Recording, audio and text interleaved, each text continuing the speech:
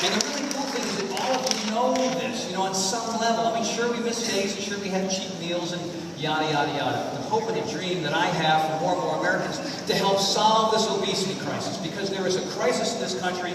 The infrastructure is going south. Everybody's just sitting around, and they're not taking care of themselves, and they don't have the answers because they're buying it or something. Bullshit program. There's a weight loss only program or some, you know, other thing that is, you know, purely cardio, which is okay, but it's only temporary and it's going to create a plateau effect. P90X is the #1 fitness product in the history of mankind. Why? Because of me! No, I said it out loud. Damn. I meant to say, muscle confusion. It is a part of variety, right? It's variety, intensity, consistency. It's those three things. Variety is already in the program. Consistency is up to you. We tell you to do it 6 days a week, not 5, not 4. If you do it 3 days a week, it's like throwing yourself down a set of stairs. You get really sore, but not much is really happening. Because the other 4 days a week that you're doing 0 is fighting the 3 days you're working out. So it's got to happen like you brush your teeth. It's got to happen like getting nights to sleep. It's part of who we are as human beings, but we were not raised that way. Our schools didn't teach us that. Our government certainly didn't. Our parents, a lot of times, didn't have that discipline. So we just went to gym class, flailed around, hated it because the football coach or basketball coach was running it, and they looked at regular students like, you suck, how come you're not more athletic?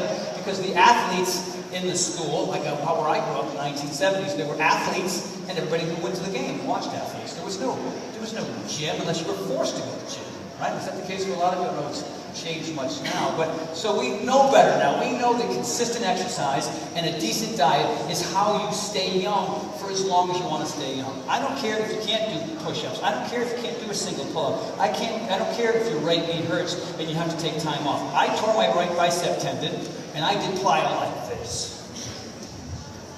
I did curls with one arm. I got a band and I just did this. Alright, so if the top is broken, work the bottom, work the middle. If the bottom is broken, work the middle, work the top. There are kids that have come back from Afghanistan and Iraq, missing an arm, missing a leg. They don't have excuses. Anybody here got that excuse? Shut up, get busy. Alright? Move every day. And you know me, I mean, P90X is extreme, right? P90X2 is even more extreme to some degree. But there are people like Jeremy Yost. You've seen Jeremy on QVC with me who lost 180 pounds. He couldn't do jumping tucks, he couldn't do pull-ups, he couldn't do push-ups, he couldn't do anything. But he modified. All right? So if you have 100 pounds to lose, 180 pounds to lose, it's not about perfection. Oh, well, I can't do it, I don't do this perfectly. I guess I have to stop. No, you do it up here, you take a break, you grab your J, you put it down. I'm so R-rated in real person. The other part of the equation is food. Food, listen closely, write this down. Food equals your health.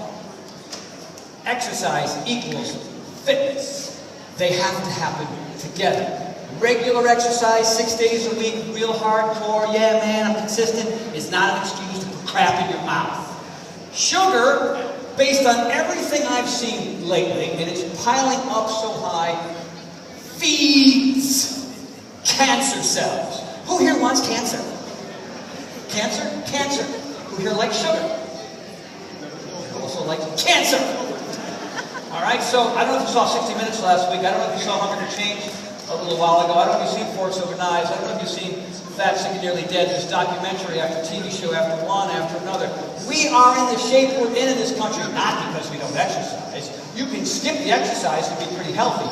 You will be vulnerable to injury and maybe some illnesses, partly because you need to be structurally strong and we're going to stabilize, so we need to be flexible and all those things. But the fact of the matter is those two things have to happen. So people, I was at a radio interview yesterday. So Tony, what kind of cheat day do you have? Like that was a cheat day?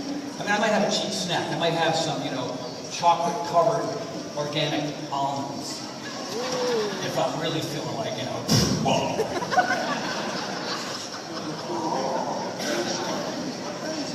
I'm on now day 14 of a sugar-free, most carbs out. I would love my key line. I have people say, well, on the 90-10 program, which is 90% super clean. Breakfast, lunch, and dinner, whole grains, fruit, vegetables, lean protein, healthy fats. Boom. Major meals of the day, breakfast, lunch, and dinner, healthy. I looked out at my plate, I said fruits and vegetables. I went to a restaurant the other day, it was just garbage on the menu, up and down. And I found broccoli, I found asparagus, I found spinach. I found salmon that was like bread-crusted, butter crap. So I said, just grill the fish, give me the 3 vegetables, done. And of course, there was the brownie that I would normally have, the key lime pie that I normally would have with a warm chocolate chip cookie. Right. And I didn't have it, and I had to be very strong. And was I miserable? Yes. But then I kept thinking, do I want cancer? No. So, it's a battle. If being fit and thin and lean and sleeping well and all that stuff was easy, everybody would have it mastered. So you have to have a certain amount of discipline. You have to have a certain amount of willpower. You have to have a good support system around you. You've got to have people that are like-minded and want to do what you want to do. So you've got variety, intensity, consistency when it comes to your exercise. You also need a purpose and a plan. So like I said, if your purpose is to lose weight for other people so you can look good, well, then you have a lot of weddings and family reunions, things like that lined up. Or you do it because you know today, if you work out and eat well today, your health improves today. Your fitness improves today. Your flexibility improves today. Your strength improves today. Your power improves today. You're less vulnerable to illness and injury today. Who has parents or grandparents with serious health issues? Raise your hand. Raise your hand. Raise it up. Hypertension, type 2 diabetes, high blood pressure, cardiac, cancers, you name it. That's you. That's you. I'm going to live forever. I can do what I want. Woo! Ball game. Had 14 hot dogs and 16 beers. Yeah. Every time you make a choice in one direction or another, you do one of two things. You speed the clock up, you slow the clock down.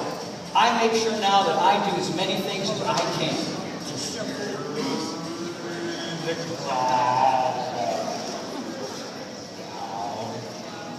Because when you eat crap and you skip an exercise, you can speed it up. And so if you want the last 5 to 20 years of your life, whatever that is, to be a living hellscape, eat crap and don't move. Because who wants the very end to be awesome? Right? Who here's in your team? Any teenagers? Dude, whatever you want to do, bro. Go next 10 years. Drinking with your friends at the golf course. Nobody. I'm kidding. Who here's in their 20s? After about the age of 25, 26, your body stops generating new cells. Walt Whitman wrote, the fruit of youth is forever gone at 26, meaning all the new ones are stopped. All the other ones are starting to die off. So the only way you can really sort of generate new cells is through exercise. Who's in your 30s? Tick tock, tick tock, tick tock, tick tock. Who's in your 40s? Tick tock, tick tock, tick tock, tick tock. Who's in your 50s?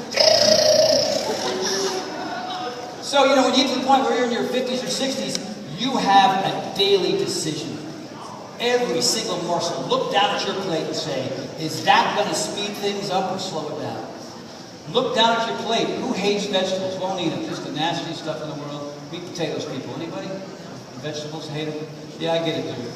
Put salsa on it. Shut up. You like salsa? Yeah, right. Put the damn salsa on the broccoli. There's no rules here. All right?